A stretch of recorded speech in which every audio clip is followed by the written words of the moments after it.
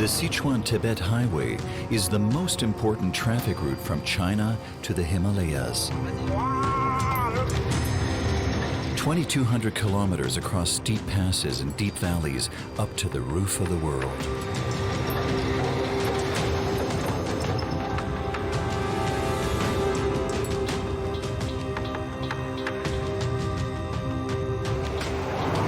The journey leads through remote villages and fascinating landscapes, but unforeseen dangers lure at every corner.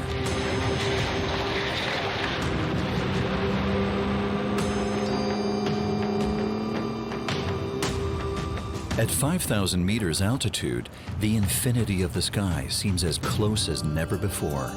At the end of the road of longing for truck drivers, travelers, and pilgrims.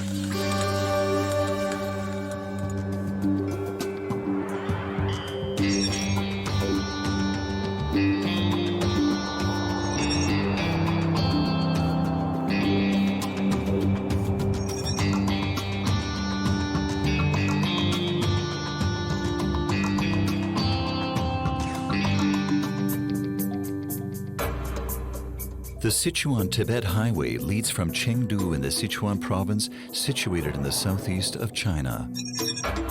It crosses the Himalayas to Tibet's capital city, Lhasa.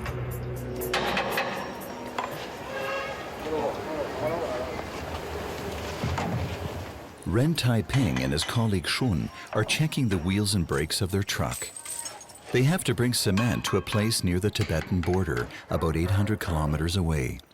They calculated 3 days for their trip.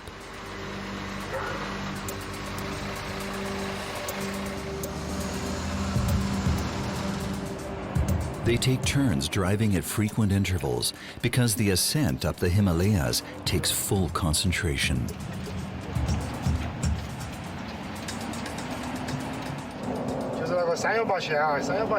The road section between Tuanyuan and the Erlang Mountains is very difficult to drive because of the many roadworks.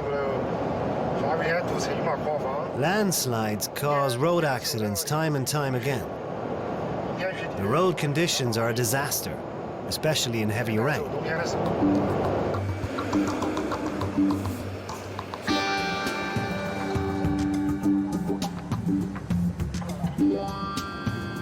Through steep valleys, the road ascends higher and higher. Because there was a lot of rain, whole mountain slopes start moving. The road needs repairing all the time. Again and again, vehicles crash and fall into the deep canyons.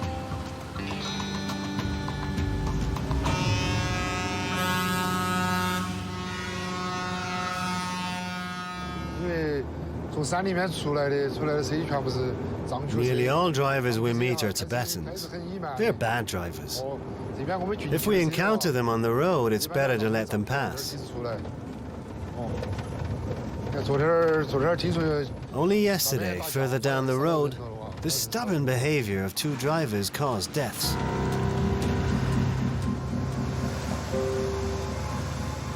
The ascent to the first pass is especially dangerous, since it's hardly paved at all. Ren Taiping prefers to let his more experienced colleague Shun do the driving.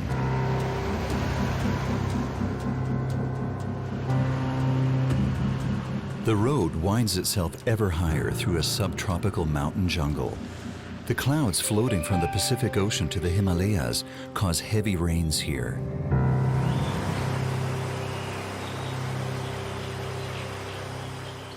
Traffic is bad here because of only single-lane traffic on account of the roadworks. Look, the whole street leading up here is only one single traffic jam. You have to be very careful.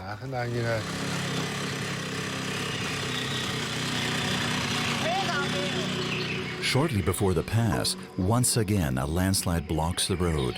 Everyone has to be prepared for many hours of waiting time.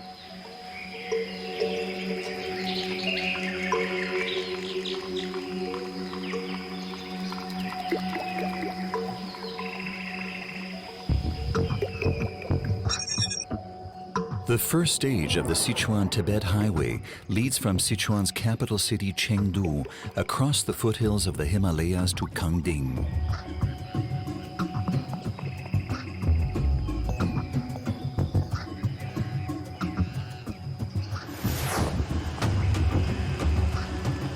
The first ascent to the Erlang mountain is one of the most dangerous stages of the whole route.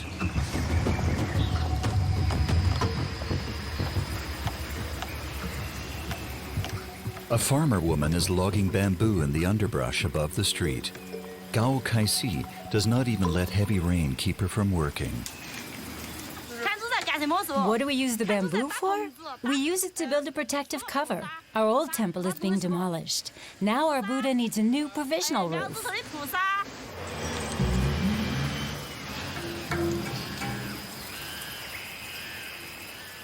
Gao Kaisi and some of the farmers from the close-by village want to finish building the makeshift temple on the slope above the highly frequented road. It's supposed to safeguard not only the villagers, but also passing travelers against accidents.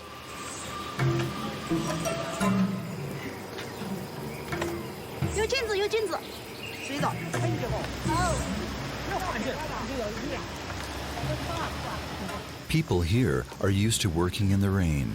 The sun hardly ever shines in this foggy region.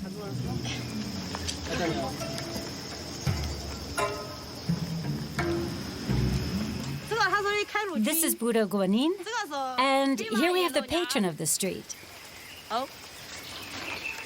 Over there is General Bai, and this is Bai Ma with his white horse.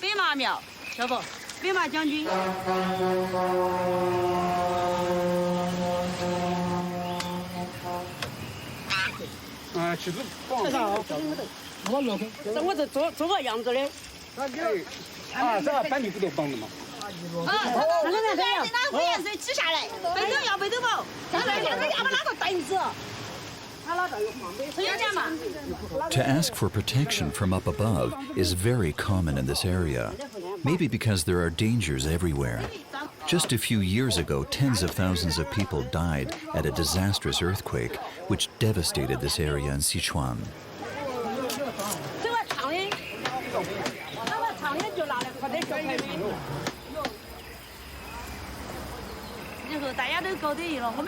Soon we will build a new temple.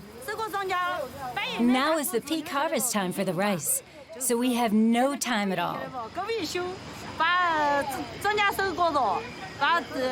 We'll only have time to build the permanent temple after everything has been harvested.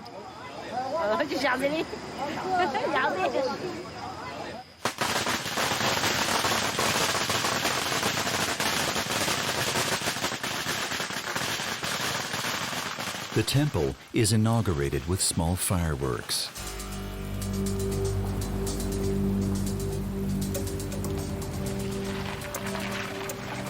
Beware of falling rocks, it says a few kilometers further on. The rain has destabilized the slope. The climbers are trying to loosen branches and debris to prevent the worst.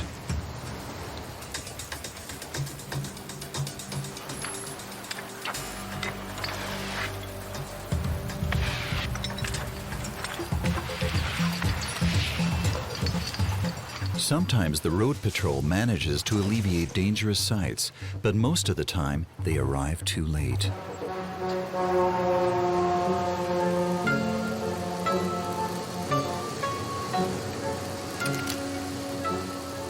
Shu Wengxing is one of the thousands of cyclists who try to surmount the passes of the Sichuan-Tibet highway between spring and fall.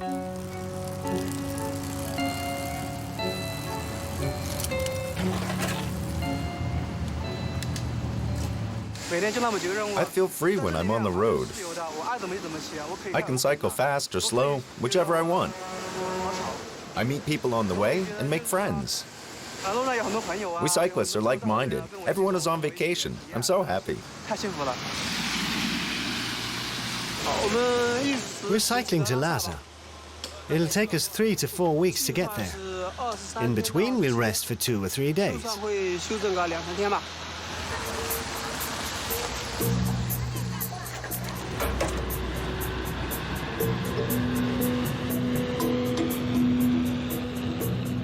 Through rain and fog, even in snow and ice, the cyclists struggle for days across 4,000 to 5,000 meter high passes to reach their destination, Lhasa. Because of the enormous differences in altitude, the endlessly long passages and the many dangers, the Sichuan-Tibet highway is a sort of baptism of fire for many members of the new Chinese middle class.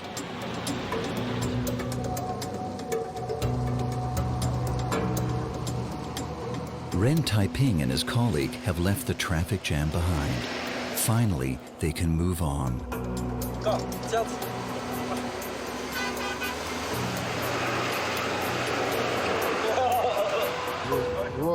If a car breaks down and blocks the road, the traffic jam lasts for at least half a day. Dangerous situations occur very often. One has to be very careful. But most drivers are aware of the dangers.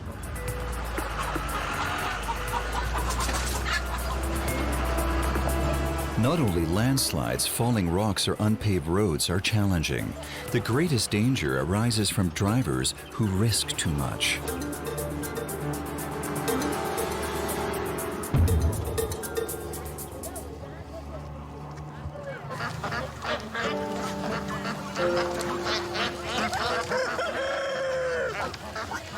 A poultry truck has fallen over. Hundreds of chickens have died. A car approached me on my lane.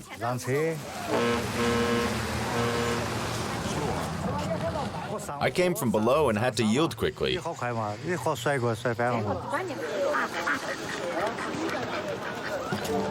The driver's wife is trying to save what can be saved. It has taken the family a whole year to rear the chickens. Now the family's existence is at stake.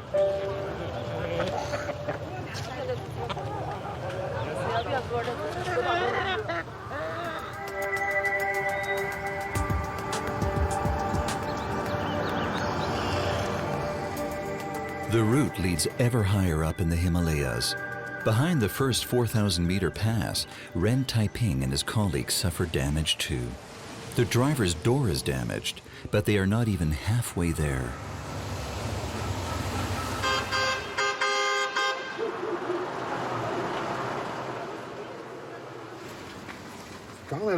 My colleague, Mr. Xun, stopped to replenish the water when a truck came towards us. We shouted and waved at him to make him stop, but he didn't see us in time and crashed into the open door. That's how it got broken.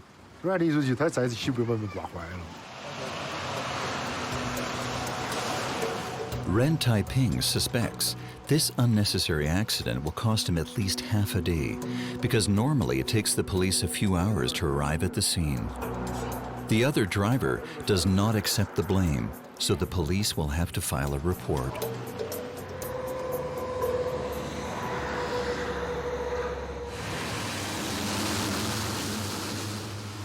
Further down in the valley, the cyclists stop off at a hostel before darkness sets in.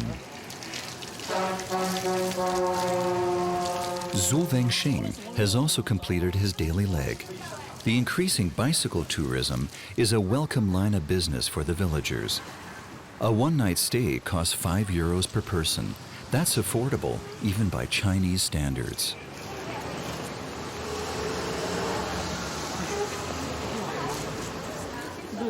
The cyclists arrive from all across China. The highway on top of the world is en vogue. But whoever cycles here must be prepared for all kinds of weather. The road was bumpy and full of potholes and totally wet. Yes, I got wet too. It's very slippery, especially downhill. The overtaking cars splash dirt in my face. That's a real problem. If a truck approaches you, you have to stop. Otherwise, no one can pass. I must be careful because the truck would hardly notice if it ran over me.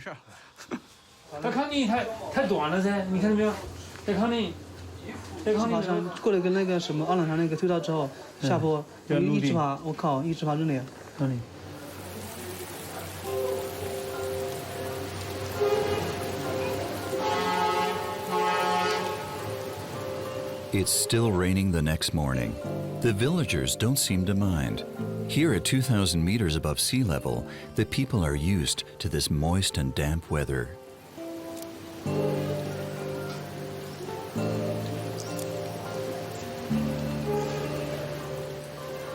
Things at the hostel are starting to stir too. Shortly before 10 a.m., later than usual, Zhu Wengxing sets off on his trip again.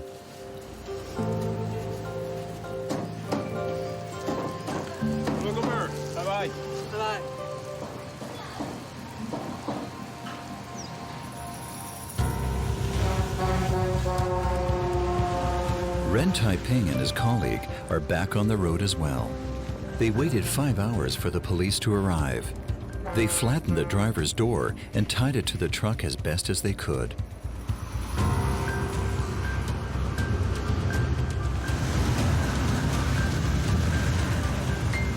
The Sichuan-Tibet highway winds itself ever higher.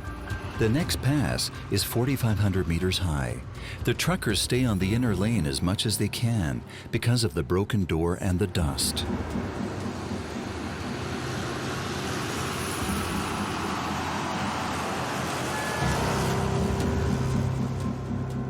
Up here, the air is noticeably thinner, and it has become colder. The temperatures now lie at barely above 0 degrees.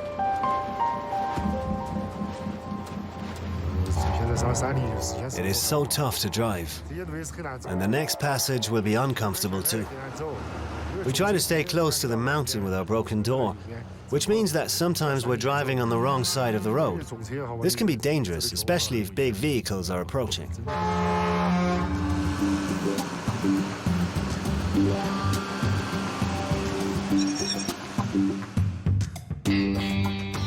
From the city of Kangding, the road leads across various passes to Litang, near the Tibetan border.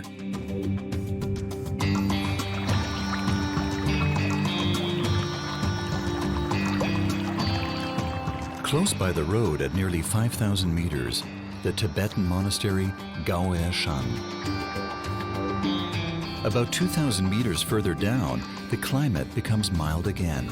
This is the Tibetan part of Sichuan, easily recognizable by the splendid Tibetan houses.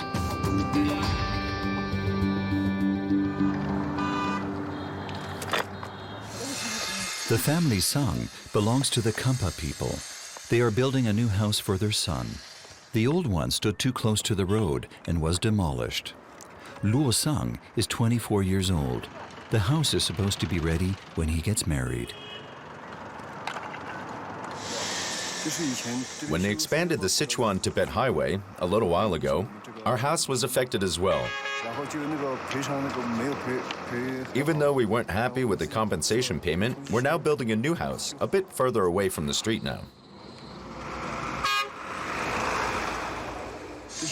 Everybody working here is related to me.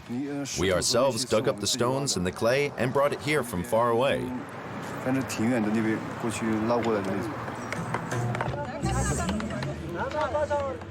It will take 3 months to build the house. Life for the Kampa people has its own rhythm, but the highway is a foreboding of changing times.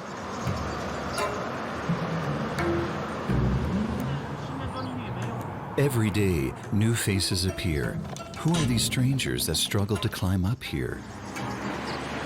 What do they want here? The locals ask themselves.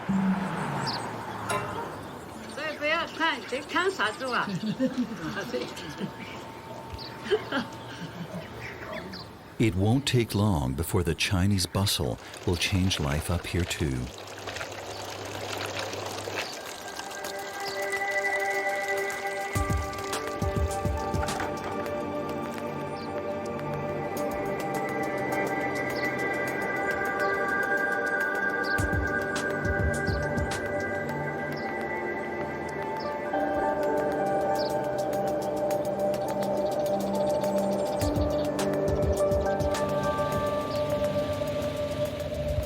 Zhang Yong drinks up his energy drink before hitting the road again.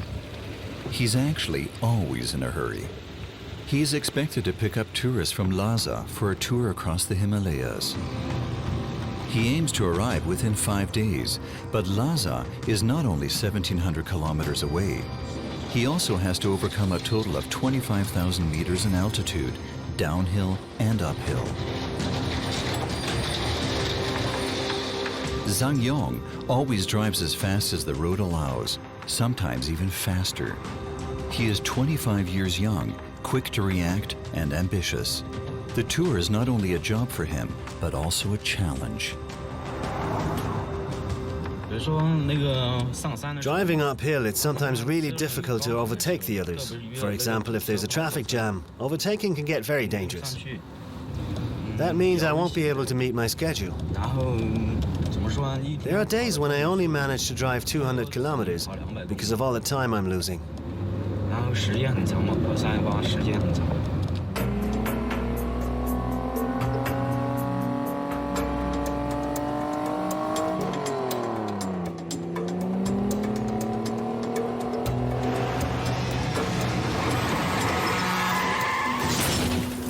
Zhang Yong just barely missed getting involved in this crash.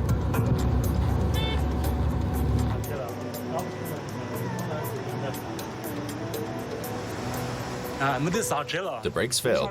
Didn't work anymore. I went downhill and the truck went faster and faster.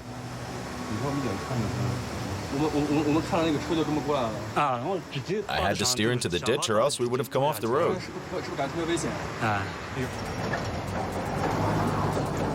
The driver realizes immediately the truck is only good enough for its spare parts.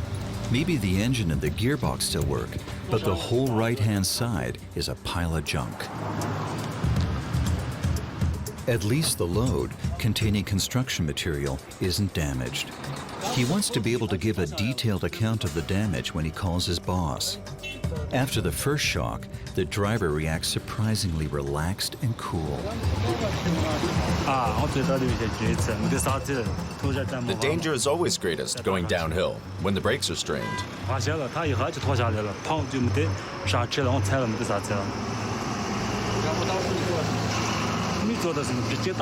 I was petrified when I hit the brakes and absolutely nothing happened.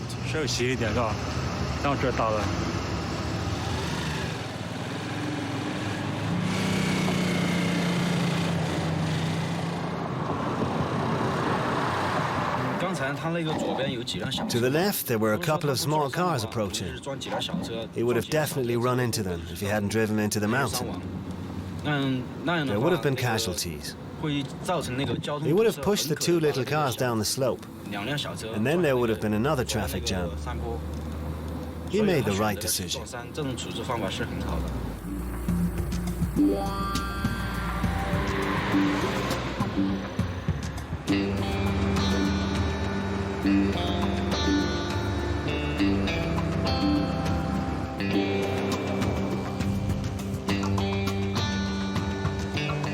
Ren Taiping and his colleague have now been on the road for 3 days.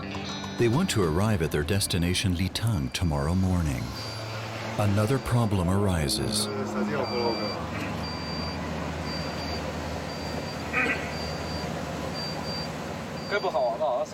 That doesn't sound good. I had a funny feeling right at the beginning of our trip. I'll check the cooling system of the brakes.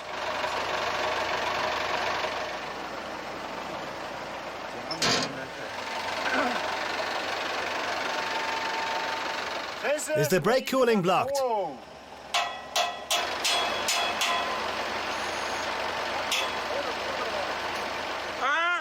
The valve is shut.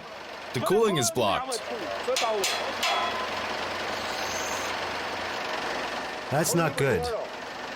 The cooling shouldn't be blocked.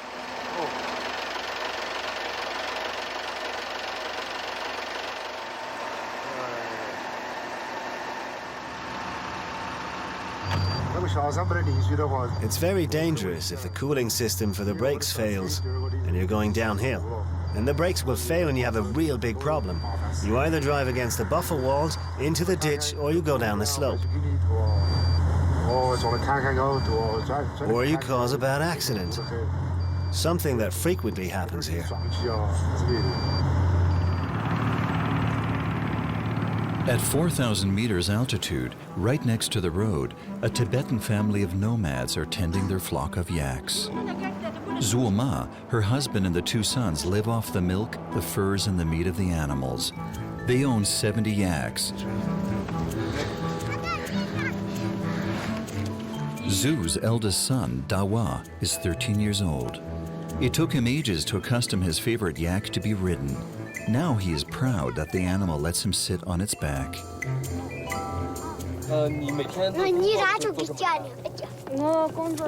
I tend to the yaks and call them if they stroll off too far. After milking them, I bring them to the pasture and bring them back in the afternoon.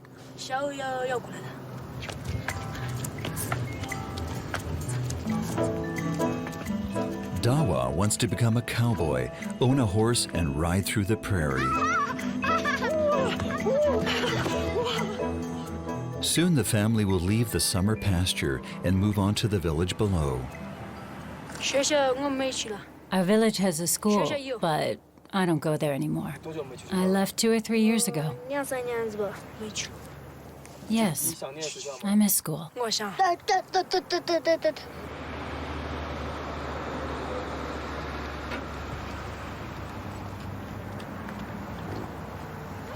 Because the first snow has already fallen, his dad has borrowed a truck to transport the tents and yaks down to the village. Tomorrow they will start moving, but today the yaks are allowed to graze one last time.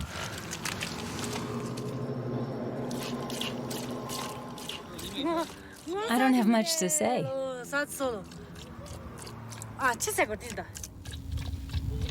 Just tell them what you do every day. I herd yaks every day.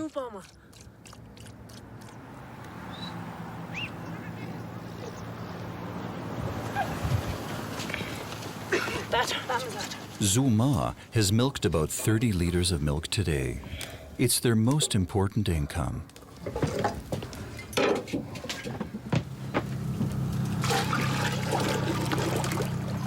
In order to produce yak butter, she heats up the milk a little bit. She sells the butter to a salesman who comes around every day, 5 kilos each day. They live off it.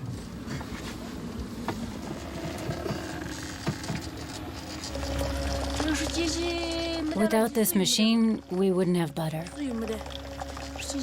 The whey comes in here and the butter over there. The fact that their pastures lie directly at the road makes life simpler for the family. It's easier to sell the butter, and the transport of the tents and the herd the next day will take place much faster.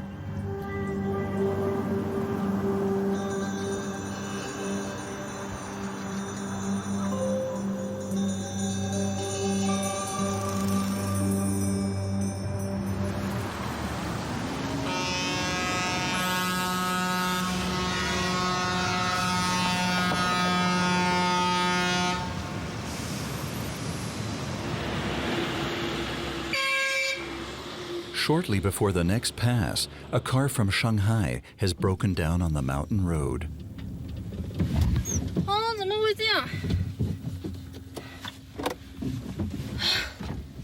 Xu Ting has a problem with her clutch.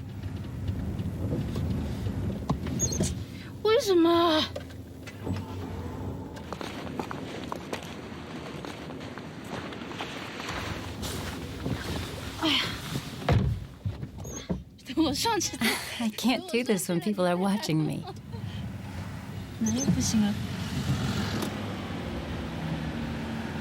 Xu Ting still needs practice starting the car at the foot of a hill. It's her first time in the mountains. She came to conquer the Himalayas all on her own, all the way from Shanghai.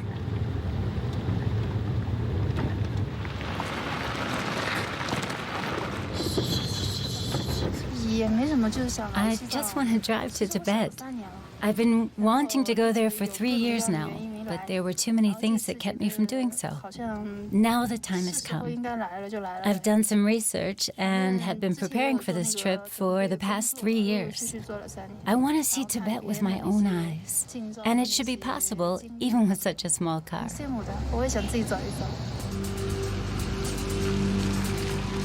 Xu Ting has already driven 2,500 kilometers, 500 in the mountains. Because her car is lightweight and has a lot of chassis clearance, she masters even difficult passages. Sometimes impatient fellow drivers give Xu Ting a harder time than the road conditions. Go back. Why do you keep going ahead? You're blocking the road. Can't the truck get past?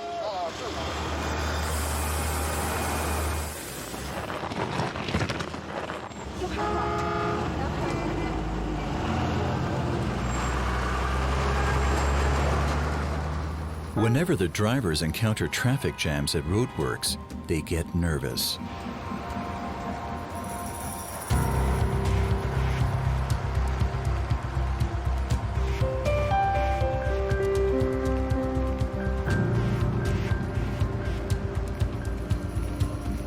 Ren Taiping and his colleague have almost reached their destination.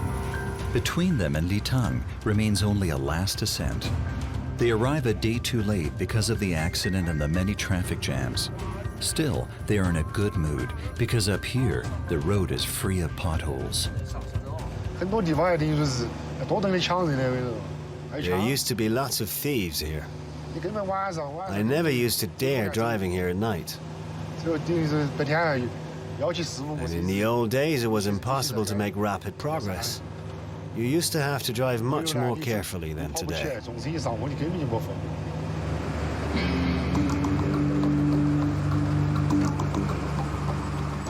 Ren Taiping particularly enjoys this part of the journey, especially if the sun is shining. The lofty beauty of the landscape at 4,500 meters altitude gives him a feeling of freedom.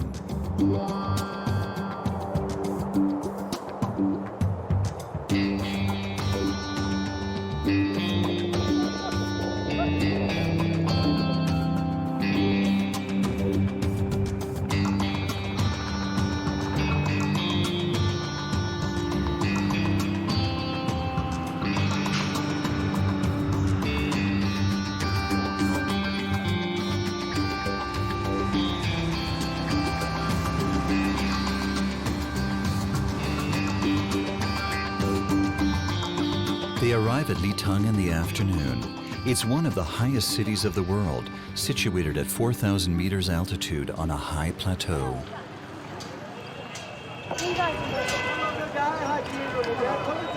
One of the most famous Tibetan Buddhist monasteries is in Litang. Ren Taiping and his colleague have now delivered the cement. Not only construction material, but also most of the food for the inhabitants of Litang comes from the lowlands.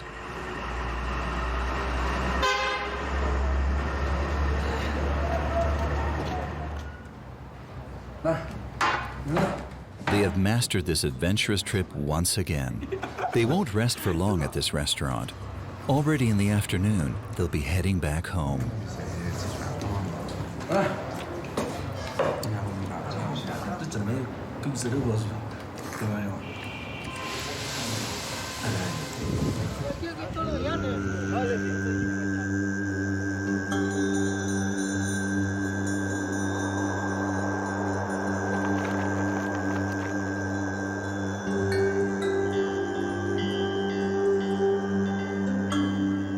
The monastery of Litang was built in the 16th century.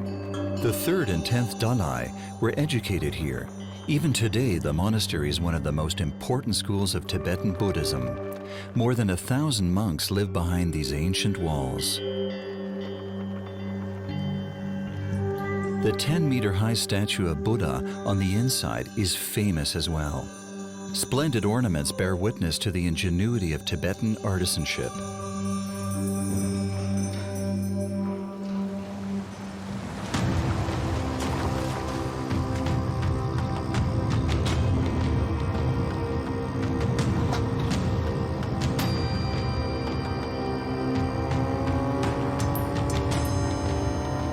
Zhang Yong has been on the road for 3 days now. He is happy about the improvement of the road conditions up here in the mountains. The Sichuan-Tibet highway runs from Litang at the Tibetan border across eastern Tibet all the way to Lhasa.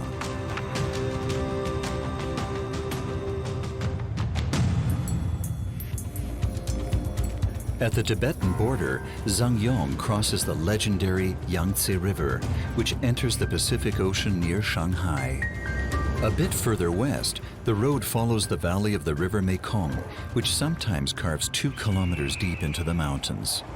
Finally, it reaches the 72 turns, which lead down to the river Saluan. It's not easy driving down these serpentines. The bends are extremely narrow. If you drive too fast, the car might roll over. And you always have to keep an eye on the approaching traffic in the curves. If a big truck shows up, you have to wait in front of the curve. That's the only way to pass. This is a good car, but you shouldn't drive it too fast. An SUV is big and high, but that means it can easily overturn.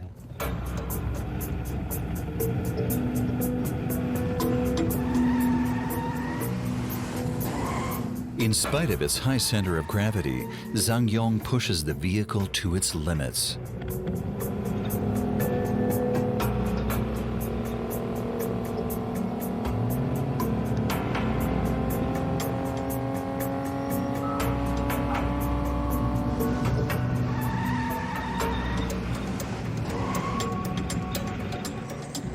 Next to the road, 3 young Tibetans are sorting pieces of aluminum.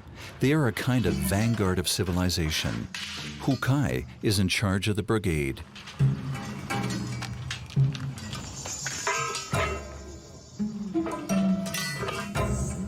He has invested all his money in 5 mules in order to be able to offer his services to the electricity board.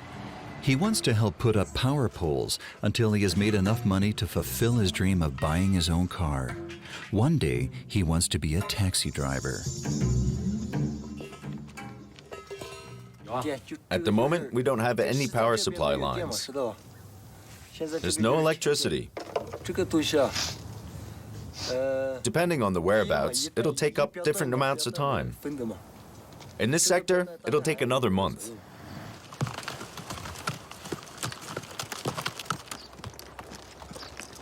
Hu Kai is only responsible for this area next to the road. Higher up, there is another brigade putting up the power poles to also supply this Tibetan region with electricity. The stronger mules can carry 400 to 450 kilos. This one here, only 250.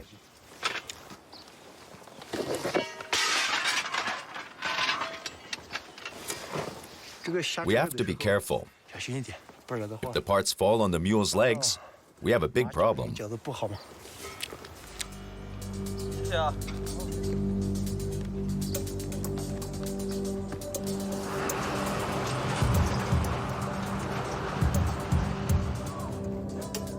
Highly focused, Zangyong heads west.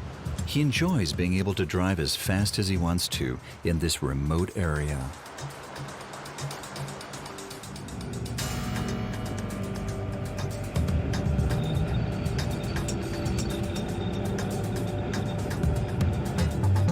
These bikers are also heading towards Lhasa.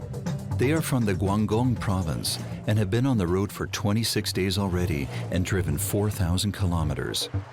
Huang Xingtao has come up with the plan. I'm 66 years old. He's 62 and this gentleman here is 61. We're all retired.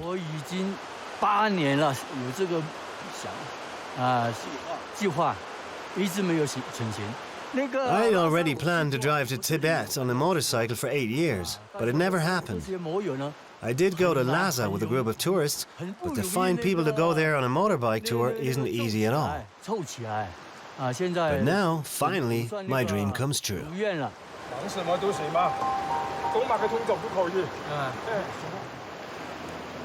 Lhasa holds a mysterious attraction for many people. Some are searching for freedom and adventure on their trip across the mountains, while others have religious and spiritual reasons to explore the heart of Tibet.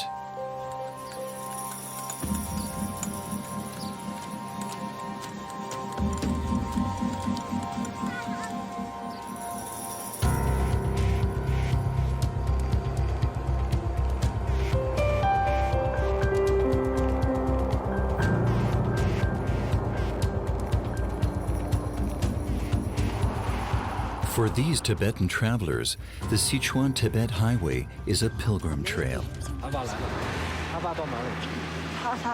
We're going to Lhasa, to the prayer mills.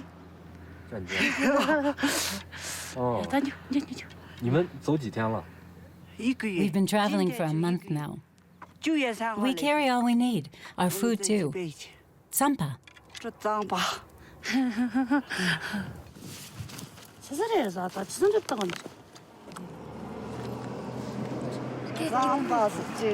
They eat pure barley flour without additives, their only sustenance for many weeks.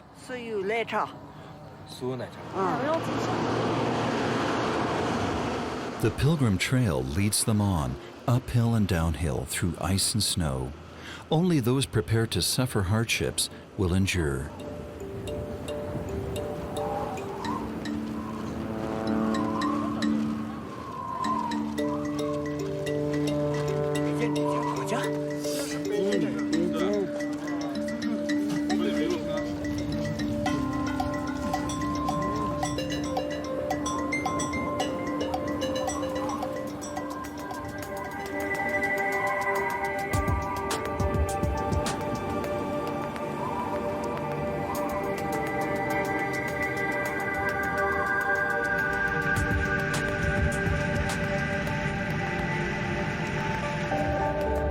For the professional driver Zhang Yong, the Sichuan-Tibet highway is just part of his job. He doesn't care much for the discovery of slowness. The earlier he arrives, the more content he is. But shortly before reaching Lhasa, he encounters a traffic jam for the first time in days.